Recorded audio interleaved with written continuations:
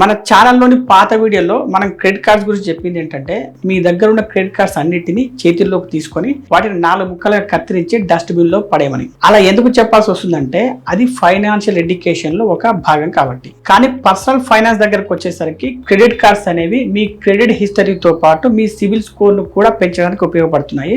అందుకే నేను ఈ మధ్య చేసిన ఒక వీడియోలో క్రెడిట్ కార్డ్స్ తో ఆడుకోవడం ఎలా అని చెప్తూ వాటి గురించి A to Z వివరాలు ఇవ్వడం జరిగింది. అందులో కొన్ని వందల కామెంట్స్ చదివిన తర్వాత తెలిసింది ఏంటంటే చాలా మందికి కొన్ని కామన్ ప్రాబ్లమ్స్ ఉన్నాయి.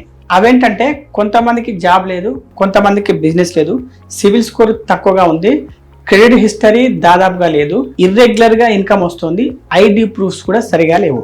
ఇలాంటి కారణాల వల్ల ఏ బ్యాంకు కూడా వారికి క్రెడిట్ కార్డ్స్ ఆఫర్ చేయడం లేదు. దీనికి సొల్యూషన్ ఏంటి అని అడగడం జరిగింది. వీటన్నిటికీ సొల్యూషన్ ఏంటంటే credit cards against FD. Credit cards against FD అంటే ఏంటి, వాటి వల్ల బెనిఫిట్స్ ఏంటి, అవి ఎక్కడ తీసుకోవాలి, అవి ఏ బ్యాంకులో ఇస్తారు, వాటిని తీసుకోవడానికి కావాల్సిన అర్హతలు ఏంటి, మొదలైన అన్ని వివరాల్ని ఈ వీడియోలో మనం చెప్పుకోవడం జరిగింది. ఈ వీడియో నచ్చితే లైక్ చేసి కామెంట్ చేయండి, మరియు తెలిసిన వారందరికీ షేర్ చేయండి. క్రెడిట్ కార్డ్స్ అగైనెస్ట్ FD సింపుల్గా చెప్పాలంటే మీకు ఒక ఫిక్స్డ్ డిపాజిట్ ఉంటుంది, దాన్ని సెక్యూరిటీగా పెట్టుకొని బ్యాంకు మీకు ఒక క్రెడిట్ కార్డ్ ఇస్తుంది. దీని గురించి మనం పూర్తి వివరాలు తెలుసుకునే ముందు ఇది అసలు ఎవరెవరికి ఉపయోగపడుతుందో ఒకసారి చూద్దాం. మనం ఇంతకుముందు చెప్పుకునే వ్యక్తులకే కాకుండా ఇంకా కొంతమందికి కూడా ఇది ఉపయోగపడుతుంది. ఉదాహరణకు కొంతమంది సాధారణంగా ఫిక్స్డ్ డిపాజిట్ అవి చేస్తుంటారు కదా, వారు క్రెడిట్ కార్డు కూడా తీసుకునే ప్లానింగ్లో ఉండవచ్చు. అటువంటి వారికి ఇది ఒక బెస్ట్ ఆప్షన్ అని చెప్పవచ్చు. ఇంకా కొంతమందికి తమ సేవింగ్స్ అకౌంట్లో 5 లక్షలు 10 లక్షలు అలా పడి ఉంటాయి. ఎందుకంటే మర్చెంట్స్కు పేమెంట్స్ చేయాల్సి ఉంటుంది, అది కూడా నెలలో 1-2 సార్లు జరుగుతూ ఉంటుంది. ఎలాగో సేవింగ్స్ అకౌంట్స్లో ఇంట్రెస్ట్ రేట్స్ అనేవి తక్కువగా ఉంటాయి కాబట్టి వారికి ఇది ఒక బెస్ట్ ఆప్షన్ అని చెప్పవచ్చు. అందుకే ఇప్పుడు ఈ క్రెడిట్ కార్డ్ యొక్క నిజమైన ఉపయోగాలు ఏంటి అంటే వీటి వల్ల అడ్వాంటేజ్ ఏమైనా ఉన్నాయని తెలుసుకుంటే ఇవి తీసుకోవాలా వద్దా అని డిసైడ్ చేసుకోవచ్చు. Number 1, easy approval process. మీరు యూజువల్గా క్రెడిట్ కార్డుకు అప్లై చేసుకునే ప్రాసెస్ కంటే ఫిక్స్డ్ డిపాజిట్ పై క్రెడిట్ కార్డు తీసుకునే ప్రాసెస్ అనేది చాలా ఈజీగా ఉంటుంది. ఎందుకంటే క్రెడిట్ కార్డ్ అనేది అన్సెక్యూర్డ్ లోన్ అని చెప్పవచ్చు. అదేవిధంగా ఫిక్స్డ్ డిపాజిట్ పై క్రెడిట్ కార్డ్ అనేది సెక్యూర్డ్ లోన్ అని చెప్పవచ్చు. అంటే ఉదాహరణకు మీరు మీ గోల్డ్ తీసుకొని ఏదైనా బ్యాంకులో తాకట్టు పెట్టారనుకోండి, మీకు 10-20 నిమిషాల్లో లోన్ వచ్చేస్తుంది. ఇది కూడా అలాగే అనమాట. నెంబర్ 2, మీ క్రెడిట్ హిస్టరీ ఎస్టాబ్లిష్ అవుతుంది. మీకు క్రెడిట్ హిస్టరీ అసలు లేకపోయినా లేదా చాలా తక్కువగా ఉన్నా కూడా మీకున్న ఏకైక మార్గం FD పై తీసుకునే క్రెడిట్ కార్డ్ అని చెప్పవచ్చు. ఎందుకంటే మీకు ఎలాగూ ఏ బ్యాంకు కూడా లోన్ కానీ క్రెడిట్ కార్డు కానీ ఇవ్వదు కాబట్టి. ఈ సందర్భంలో మీరు మీకు ఇచ్చిన క్రెడిట్ కార్డును చాలా రెస్పాన్సిబుల్గా యూజ్ చేస్తూ టైం టు టైం పేమెంట్స్ అనేవి కరెక్ట్గా చేస్తూ పోయారనుకోండి, మీ క్రెడిట్ వర్తీనెస్ అనేది పెరుగుతూ ఉంటుంది. దానివల్ల బ్యాంకు మీకు ఫిక్స్డ్ డిపాజిట్ కాదు కదా, ఎటువంటి సెక్యూరిటీ లేకుండానే యూజువల్గా క్రెడిట్ కార్డ్స్ ఎలా ఆఫర్ చేస్తారో అలా ఆఫర్ చేసే అవకాశం ఉంటుంది. నెంబర్ 3, FD ఇంట్రెస్ట్కు ఢోకా ఉండదు. బ్యాంకు మీకు ఫిక్స్డ్ డిపాజిట్ పై క్రెడిట్ కార్డ్ ఇచ్చినా కూడా మీ ఫిక్స్డ్ డిపాజిట్ యొక్క వడ్డీ అనేది మామూలుగానే పెరుగుతూ ఉంటుంది. అంటే ఒకవైపు మీరు క్రెడిట్ కార్డును యూజ్ చేస్తూ ఉంటారు, ఇంకొక వైపు మీ ఫిక్స్డ్ డిపాజిట్ పై వడ్డీ అనేది ఎటువంటి ఢోకా లేకుండా మామూలుగానే పెరుగుతూ ఉంటుంది. నెంబర్ 4, ఛార్జీల మోత తక్కువ. మీరు మామూలుగా క్రెడిట్ కార్డ్స్తో పోలిస్తే ఫిక్స్డ్ డిపాజిట్లపై ఇచ్చిన క్రెడిట్ కార్డుల విషయంలో ఛార్జీలు, వడ్డీ రేట్లు మరియు యాన్యువల్ ఛార్జెస్ అనేవి చాలా తక్కువగా ఉంటాయి. నెంబర్ 5, ఫైనాన్షియల్ డిసిప్లిన్ అలవాటు అవుతుంది. క్రెడిట్ కార్డ్ యొక్క క్రెడిట్ లిమిట్ అనేది డైరెక్ట్గా ఫిక్స్డ్ డిపాజిట్ యొక్క అమౌంట్ పై ఆధారపడి ఉంటుంది కాబట్టి మీరు ఈ కార్డు యూజ్ చేయడంలో మీకు ఫైనాన్షియల్ డిసిప్లిన్ అలవాటు అవుతుంది. ఇప్పుడు మీకు బెనిఫిట్స్ అనేవి తెలిసాయి కాబట్టి మీరు కొత్తగా FD పై క్రెడిట్ కార్డు తీసుకునేటప్పుడు బ్యాంకు వారితో మాట్లాడే సందర్భంలో ఇవి మీకు బాగా ఉపయోగపడతాయి. అందుకే మీరు ఈ క్రెడిట్ కార్డ్స్ ఆఫర్ చేసుకోవడానికి కావాల్సిన అర్హతలు మరియు ఈ క్రెడిట్ కార్డును ఏ బ్యాంకులు ఆఫర్ చేస్తున్నాయని తెలుసుకునే ముందు మీరు మొదట ఫిక్స్డ్ డిపాజిట్స్ గురించి తెలుసుకోవాల్సి ఉంటుంది. ఫిక్స్డ్ డిపాజిట్ చేయడం అనేది మనం తరతరాలుగా చూస్తున్నాం.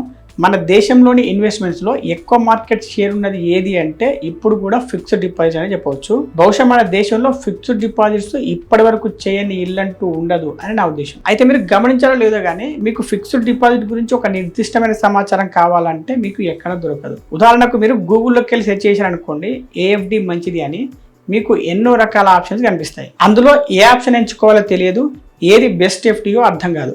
అయితే ఈ మధ్యనే దానికి ఒక సొల్యూషన్ దొరికింది నాకు. అదేంటి అంటే స్టేబుల్ ఎక్స్పర్ట్. ఇది ఒక ఆర్టిఫిషియల్ ఇంటెలిజెన్స్తో పనిచేసే ఒక చాట్ బాట్. ఇది మనకు ఫిక్స్డ్ డిపాజిట్ గురించి ప్రతి ఒక్క సమాచారాన్ని అందించడంలో సహాయం చేస్తుంది. ఇప్పుడు మనం శాంపుల్కు 2 క్వశ్చన్స్ లైవ్లోనే అడిగి చూద్దాం. మొదటిది, ఇన్వెస్ట్మెంట్ చేయడానికి స్మాల్ ఫైనాన్స్ బ్యాంక్స్ సేఫా కాదా? ఇంకొక క్వశ్చన్, 2 సంవత్సరాల టెన్యూర్కి బెస్ట్ ఎఫ్డి ఏది? చాలా మంది ఇన్వెస్టర్లు స్టేబుల్ ఎక్స్పర్ట్ సహాయంతో ఇన్వెస్ట్ చేస్తున్నారు.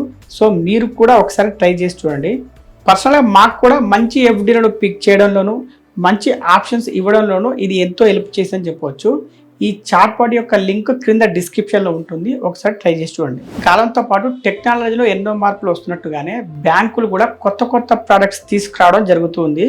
అందులో ఒకటి ఈ ఎఫ్డి లింక్డ్ క్రెడిట్ కార్డ్. ఇందులో మీరు ఒకవైపు ఏమో ఎటువంటి రిస్క్ ఇన్వెస్ట్మెంట్ చేస్తున్నారు, రెండో వైపు మీ సిబిల్ స్కోర్ను పెంచుకుంటున్నారు. బ్యాంకులు ఇక్కడ మీ ఫిక్స్డ్ డిపాజిట్ను సెక్యూరిటీగా పెట్టుకుంటారు కాబట్టి మీకు క్రెడిట్ లిమిట్ ఎంత వస్తుంది అనేది ఇప్పుడు చాలా మందికి వస్తున్న ఒక డౌట్. మీరు ఒక ₹1,00,000 బ్యాంకులో ఎఫ్డి చేశారనుకోండి, మీ క్రెడిట్ లిమిట్ అనేది 70,000 నుండి 90,000 మధ్యలో ఉండవచ్చు. అంటే 70% నుండి 90% వరకు అనమాట. ఈ క్రెడిట్ లిమిట్ అనేది బ్యాంక్ టు బ్యాంక్ మారుతూ ఉంటుంది. అయితే మీకు క్రెడిట్ లిమిట్ ఇస్తున్నారు కాబట్టి మీ ఫిక్స్డ్ డిపాజిట్పై ఏదైనా ఎఫెక్ట్ ఉంటుందా అంటే అటువంటిది ఏమీ ఉండదు. దానికి వచ్చే వడ్డీ అనేది మామూలు ఎఫ్డి లాగానే వస్తూ ఉంటుంది. ఇప్పుడు మీకు వచ్చే ఇంకొక డౌట్ ఏంటంటే, క్రెడిట్ కార్డు బిల్లు కట్టకపోతే లేదా డిఫాల్ట్ అయితేనో ఏంటి పరిస్థితి అని. అప్పుడు బ్యాంకు ఎఫ్డి నుండి ఆ అమౌంట్ తీసుకొని క్రెడిట్ కార్డు బిల్లు సెటిల్ చేసుకునే హక్కు ఉంటుంది. అయితే ఈ క్రెడిట్ కార్డులో తక్కువ ఛార్జీలు, తక్కువ ఫీలు ఉండడం వల్ల పేమెంట్ కట్టకుండా డిఫాల్ట్ అవుతారని మాత్రం నేను అనుకోను. ఇది నిజంగా ఒక అద్భుతం అని చెప్పుకోవాలి. ఎందుకంటే మీరు ఫిక్స్డ్ డిపాజిట్ చేసిన డబ్బు బ్యాంకులో ఉంటుంది, దాని ఇంట్రెస్ట్ వస్తూ ఉంటుంది. కానీ మీకు డబ్బు అవసరమైనప్పుడల్లా ఎప్పుడు పడితే అప్పుడు యూజ్ చేసుకోవచ్చు క్రెడిట్ కార్డు రూపంలో. ఇప్పుడు మీకు వచ్చే ఇంకొక డౌట్ ఏంటంటే, ఈ ఫిక్స్డ్ డిపాజిట్ కోసం మినిమం ఎంత అమౌంట్ డిపాజిట్ చేయాలి అని. ఇది మీకు బ్యాంక్ నుండి బ్యాంకు వేరువేరుగా ఉంటుంది. ప్రస్తుతం ఈ మినిమం డిపాజిట్ అనేది ₹2,000 ఉంది. అయితే మీరు డిపాజిట్ చేసే ముందు మాత్రం ఆ క్రెడిట్ కార్డు వల్ల మీకు ఎలాంటి బెనిఫిట్స్ ఉన్నాయో అడిగి క్లారిటీ తెచ్చుకున్న తర్వాతనే డిపాజిట్ చేయండి. ఇక మనం ఫిక్స్డ్ డిపాజిట్ పై ఇచ్చే క్రెడిట్ కార్డు కోసం అప్లై చేయాలంటే ఏమేమి అర్హతలు ఉండాలో ఇప్పుడు చూద్దాం. Number 1, age. మీ వయసు మినిమం 18 సంవత్సరాలు నిండి ఉండాలి, మ్యాక్సిమం 65 సంవత్సరాల వరకు. నెంబర్ 2, కేవైసీ డాక్యుమెంట్స్, అంటే మీ ఐడి ప్రూఫ్, అడ్రస్ ప్రూఫ్ మరియు passport size photographs. Number 3, fixed deposit, అంటే మీరు క్రెడిట్ కార్డు యూజ్ చేసినంత కాలం మీ ఫిక్స్డ్ డిపాజిట్ అనేది బ్యాంకులోనే ఉండాలి. అది లేదు అంటే మీ క్రెడిట్ కార్డు పనిచేయదు.